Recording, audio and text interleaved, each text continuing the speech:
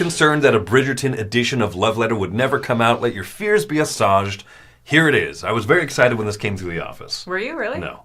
But it's not bad that this exists, in fact. I mean, you like the show. I think the show has a lot of appeal. I think it does. I think that it's hot right now, and so why not make a Love Letter game? Let me show you a little bit what some of the changes are that happened in this edition.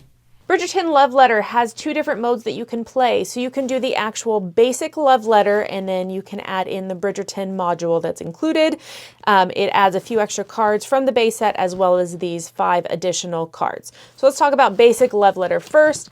On a turn, players are going to have 1 card in hand. They will then draw a card. They will choose one of the 2 cards to play. These happen to be the exact same one.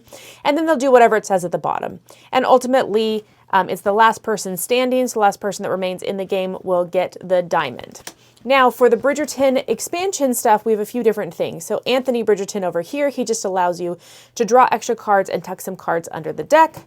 The Queen Charlotte will bump out the lowest played card except for the 0. So there's a special 0 card that I haven't told you about yet. But she's going to bump out. So starting with 1, and she counts up slowly until someone finally reveals the cards and said, yes, I'm the lowest. And then they are out. Finally, there's Daphne, who is the 0. She is the diamond of the season. And she, actually, if you are the one who is the winner, essentially, if you're the one who's still in the game at the end of the round, if you're the only one who's played a Daphne, then you get 1 extra diamond. If someone else has played it, you don't get an extra diamond. You still get the diamond for winning. So there you go. That's the basics of Bridgerton Love Letter. So this is an interesting decision for them to make a reprint of this because there is actually a little bit of mystery in the show. So you have this writer that nobody knows who she is. She's kind of this gossip secret writer. She's spreading the hot goss. Right. And I don't mean Ryan Gosling. Everyone's trying to figure out who she is. And spoilers, if you play this game, it will spoil it, I guess. I mean, who the secret is? I don't know. You find out in the first season at the end. I'll just put it this way. I wouldn't know. I wouldn't make that connection based on like the character powers and stuff. I'm guessing if you've watched the show, you're like, these character powers are, are thematic, even though they are, for the most part, just the original abilities from the basic Love Letter game.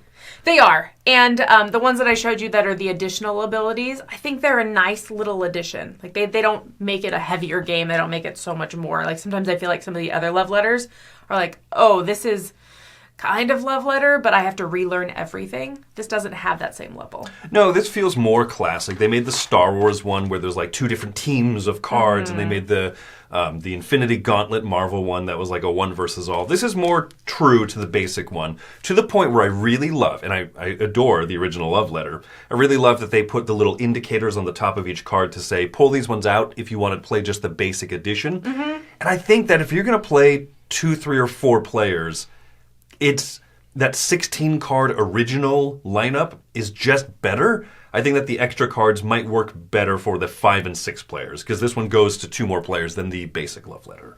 Okay. Whereas I think that throwing in this basic stuff in the lower player count is just fine. Throwing in the extra new characters and whatnot. Yeah. I think you're less likely maybe to hit both those Daphnes. Mm-hmm. But then you also have to stay in. So I always wonder, at a 5-player game, how much that's ever going to happen that someone's going to get a Daphne benefit. Right. So. And this game in general is kind of more chaotic the more players, which is why in previous editions I hated my 7-player game of Love Letter the one time I tried it. Oh yeah, I remember that. Yeah. That was terrible. Didn't like it, but I think it's ideal at like 2 to 4.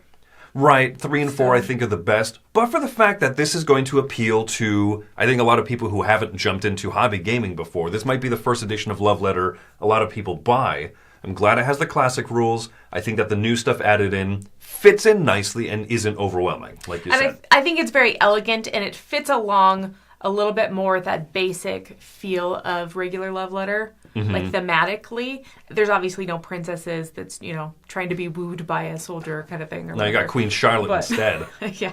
Yeah. That Charlotte card is so cool.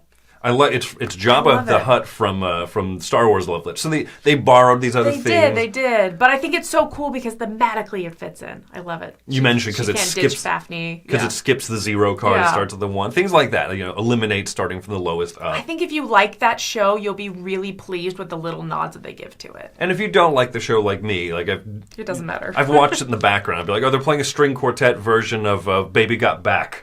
In this episode, bum bum bum bum bum bum bum bum bum bum bum. Sir Mix-a-Lot. He was knighted by Queen Charlotte. Was he? What would you give this one, score-wise? I'm going to give this a 7. I don't think it's the greatest love letter out there. Batman definitely takes the cake for that. I love the Batman love letter. But this is great, and I think it's fun. I'm also giving this one a 7. I rate the original love letter a little bit higher. The biggest thing for me is the production. The cards look a little bland. They look elegant and Regency-like, but the text is too small. And they look a little bit flat for my taste because stills from the show. So I mean, but it's the biggest thing is honestly the text is too small, and it's I agree the text is too small. I'm happy with the look of the cards, and I'm happy with the stills from the show, so that doesn't bother me. I feel like they're not too they look weird. Right, yeah. But I there you agree go. the text could be better. 7 seals of approval for Bridgerton Love Letter.